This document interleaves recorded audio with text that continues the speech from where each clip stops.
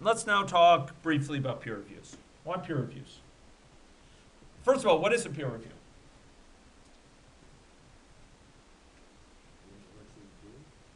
Okay, good. And that's the operative thing. You're doing the work of your peers. You're not reviewing your peers. This is not your grading Joe is working too few hours, but produces reliable code, something like that. No, you're judging the artifacts, and code is one of the artifacts, but there's many others. Again, remind me, we talked about these last time a little bit. What other artifacts are that you can get started with reviewing next week? Testing documents. What others? Documentation requirements, for example, to be able to get started with design documents, for example, test plans and test cases, right? User interface prototypes, lots and lots of things. Why do reviews? Well, it turns out they're more cost effective than testing. Wow, that's a big statement. I think a lot of effort put into testing and automated testing to be done. Reviews have to involve human time. They're still more effective. So if you look at testing from studies from IBM, for example, it shows that formal inspections are a lot more efficient, several times more efficient in terms of how many bugs you find per hour than testing. So they easily pay for themselves. And some people have used the term quality is free. It pays for itself. Putting the effort in there saves you time. Okay? Not only do you get better quality code out, you actually have more time for other things, because what does it save you time on? Doing these reviews, what is it you don't have to do because of the review? How can I say that it saves you time? You spend 2 hours in a review, why isn't that 2 hours lost? What is it saving time on? It is a form of risk management. In fact, you'll find that a lot of things in this can be unpacked into risk management. So you don't get bit later, but yeah. There's a trickle down effect. Yeah. When there comes to budget creating a project. Yeah. If an error occurs earlier in the project, Yeah. then it's easy to fix it earlier in the project than later. Yes, and in fact, if you look at so if you look at the cost of fixing things to your product, you'll find that, good job, I admire that. You'll find that the cost to fix things goes up pretty much exponentially the later things are found. This has been shown by industrial studies and so on. And sort of an exemplar to keep in mind is, ladies and gentlemen, imagine fixing a little bug, at the requirements phase, a misunderstanding here, requirements, versus figuring it out only after the user has shown this thing after following some log bout of testing. And they say, wait, that isn't what I wanted. No, I actually wanted this other thing. Go back. Those features look great, but they're not what I need. Go back and refigure. Or even worse, ladies and gentlemen, imagine finding a bug in the design, or imagine finding a bug in the design phase. This isn't necessarily worse. In the design phase, when you're figuring out some algorithm, imagine identifying it there and avoiding it versus after the system is deployed in an embedded capacity worldwide. So it's embedded in oil palm plantations in Malaysia, that now you have to go out and grab the system and reburn the firmware into it. You have to hire someone to go out and avoid the macaques and burn the system into firmware. And if you don't believe that's the case, go talk with IRD, International Road Devices here in town, who employ interns from here and have for years. But they have these roadside boxes that are deployed worldwide. And the boxes, once deployed, if you want to patch things on them, it's painful. It's painful. So the point is that catching these things earlier in terms of dollar cost of defect, this is time, and this is the dollar cost of defect of finding it at this point, time found.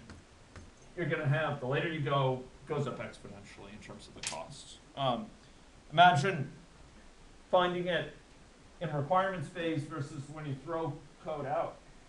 Design phase, long before that code is written and tested and so on, and you don't have to go rewrite the code, which is terrible on morale as well as takes time. Reviews also don't have to wait for testing. For executable code. They can be done long before executable code is written. It can be done in the test-driven development before the code starts to be written. You can ask someone to look at your test. Am I missing something, right? And they can assess communications issues. They communicate issues of style, commenting, the purpose of code, etc. So, lots of things in this class, as well as in real-world projects, can be reviewed early.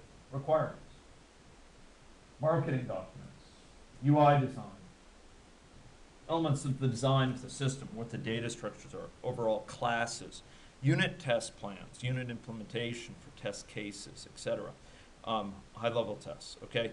And there's benefits of the peer review to the person reviewing the artifact. They clarifies that person understanding. They learn coding tricks, stylistic rules. By reviewing this code, you're not merely finding bugs in the code. You're actually learning something about how it works.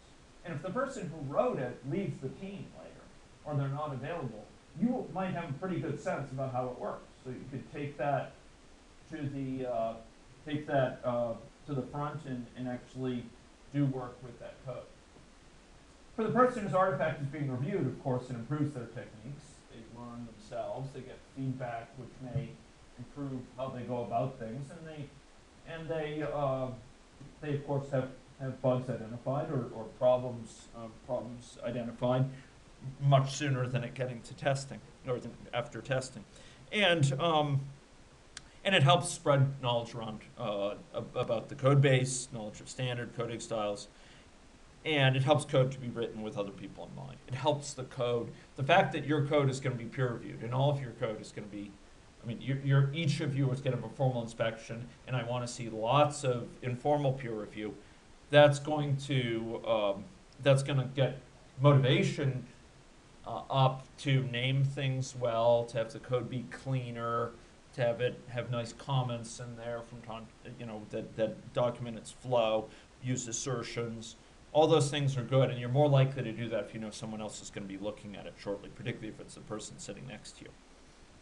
Okay, so there's a variety of guidelines for review. So one sort of thing I want to emphasize, though, is that there's a whole spectrum of different reviews. They go from the most informal, over here on the left, ad hoc reviews, for example, where you just someone's passing by, hey, can you take a look at this? I've heard whole problems being identified really quickly because of that, even though it's sort of spur of the moment.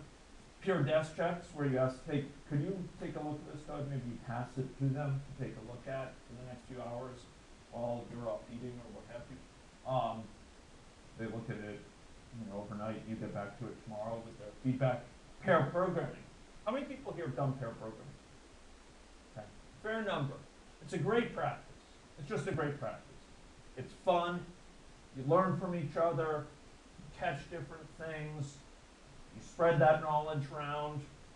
Essentially, it's shadowing the person, so if they're not available, you could stand in for them to some degree. It's great. And then it turns out there's more formal ones. The most formal that I'm going to be emphasizing each person here is responsible for is an inspection. Ladies and gentlemen, each semester of this course, it seems that the inspections get pushed towards the late side of the course. Please just do the inspections early. Some of you are responsible for take a classic example, risk officer. Can identify top 10 risks, do a formal inspection. Circulate the document ahead of time, for people to look at. You have a person presenting it who's different from the author. The author's there. People like the project manager who have to deal with the outcomes of the document, or people associated with some of the top 10 risks might be there as well. And you have a formal inspection. So you'll see there's, this is from Uyghur's book on peer reviews, which would strongly encourage particularly the project managers to take a look at.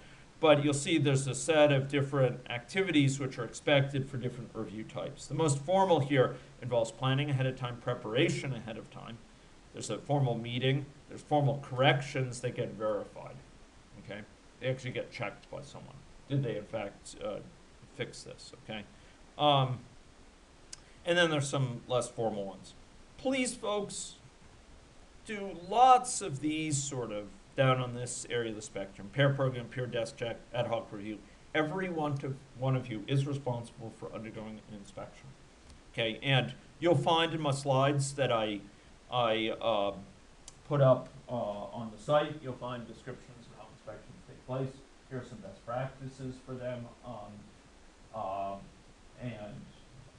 There's maybe another slide here. Yes, so plan for the meeting. You have an orientation and sometimes an orientation meeting before. I'm not going to require that to just, okay, what are the set of documents and how do they relate to each other? Preparation for it, which basically involves review of the things by each person sort of independently. Then you have a review meeting where the author is there, but they're not presenting. There's another person presenting. There's a moderator. There's a timekeeper. There's people who serve as readers, and there's someone taking notes. And then there's going to be a rework phase, and then it gets checked, and you decide if another round of review is needed or if it's closed out. Okay, and there's these various stages which I discuss here. What's expected, and there's various participant roles here. Okay, I want to see this. I want to see people engage in reviews. It's great. And one of the big points of feedback I've gotten over the years, once people do reviews, they say, "Man, we should have done more reviews. We should have done this earlier." They're really, really valuable. Okay? So do them soon. Spread knowledge around soon. Helps avoid risk down the road. As Josh said, a lot of this is about risk management. Okay? Risk management by another name. Now, as I understand, you folks have actually seen a fair bit of discussion of incremental development at 370. Is that right? So there's a rational unified process, spiral model, you've heard about extreme programming and that sort of stuff a bit, agile methods. Why do we do those? Why? What are the motivations, broadly speaking? Why not just buckle down here and produce a nice shining system come beginning of April? Why do I force you to have multiple milestone deadlines? Yeah.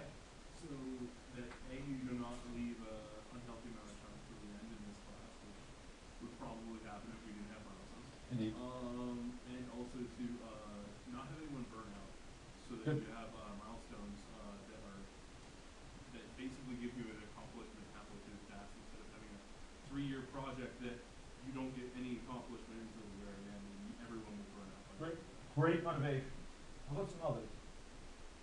Yeah. It helps to ensure that you are only looking at 2 small things and getting those correct the first time, so that you don't try to get it once and do everything devastated. Big bang. Put everything together late, nothing works, it hasn't been hitched up before, and now suddenly you realize, oh, you mean for 2 months you've been operating on that assumption? I thought you were handling that. You thought I was handling that? No. Okay, let's draw straws. Who influenced it by tomorrow morning? Okay, so great motivation. Anyone else? In case you're working with an external actor. Yeah. Come through. Okay, so you want to make sure that that there's lots of opportunities to meet with them. You don't just put all your eggs in one basket for that, something like that. Good motivation. Yeah, it turns out there's lots and lots of reasons we do these incremental deliveries. Many of them have been listed, some have not. One very related to this latest thing is maybe your understanding of what the user is wanting is different than their understanding than what they really want. And by showing it to them early, you can catch that misunderstanding early before you ossified it into your system, before you built a big system which is assuming this interpretation, which is totally up to luck, you get to know early. But maybe they don't fully know what they want. That is not heretical. That's typical. You show it to them and say, oh, that's really interesting. That wasn't exactly what I was thinking about, but now that I'm seeing it too, this thing that I requested just doesn't fit in there. Let's leave that till later. And they can reprioritize. They can refine their understanding. Often folks, particularly those not from computer science backgrounds, seeing something concrete is really when they start to really formulate what it is they want in clearer terms. Just talking about abstractions. People from outside of computer science particularly find this hard to imagine what it would look like. We tend to be quite concrete because we're dealing with these things all the time. So it's a little bit easier for us. But even for us, we're often off base. So showing something concrete, getting feedback, knowing about the new priorities, this is key. Also, you may misjudge how long it takes you to do. Did you ever hear the rule? This used to be bandied about quite often. When people estimated how long projects would take, the saying back in the 1980s is, if someone estimates, n, whatever it is, days, weeks, whatever, what do? Well, you triple it, you shift up to the next higher units, and you add 1. So if you think it's going to take you 3 days, make it 6 days, and then you make it 6 weeks, and then you make it 7 weeks. That's probably about right. So sometimes we totally misunderestimate, and you're not going to be able to get something done for the thing. It gets back to the whole issue of all the eggs in one basket. You're not going to be able to deliver them the value. By the end of the term, you don't have anything. This way, you have something, right? You have something all along the way, and it's adding value all along the way because it's being guided by the stakeholder sense. Oh yeah, for the next thing to do this one because it's most valuable to me. Or it's based on your folks' perception where the risks are, and you tell the stakeholder, yeah, that's an important thing, but we really want to make sure we're betting a lot on this technology. We want to make sure that this key piece is doable. So let's, if it's okay, we'll put the priority on just getting that done for this next time, even though that may only be third in your list of priorities. We think that that's the most important from the point of view of minimizing risk. So delivering value all through the process, making sure you have always something in hand, they've always gotten value out of it, and you're getting feedback that this is something they want. Those are key reasons beyond those listed here for incremental delivery. Okay? Ladies and gentlemen, our time is up this afternoon. But it's good to be able to secure your feedback on this. I'd suggest that you take a look at these project descriptions that are posted already. I'm going to be posting a number more in coming days. So again, unless you're absolutely clear that one of them is what you want to do, I wouldn't totally rush up, but start discussing them among your group. Do you have the skill sets to do a website? How about database related stuff? Is that within the scope of someone on your team? How do you feel about doing things on mobile apps versus more traditional web-based development? These would be things to talk about. I will mention that several of the projects involve mobile components. It's kind of the mark of the times.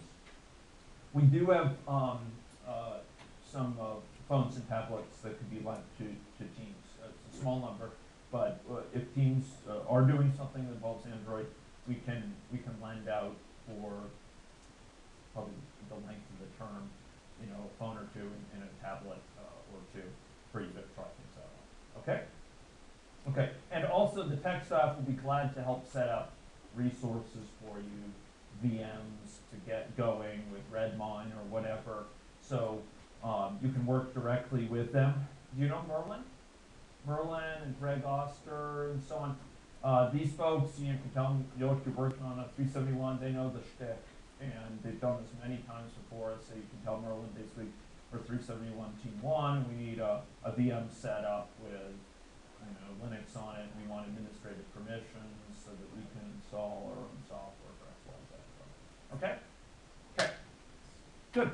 Thank you very much, and I'll get these things posted to YouTube.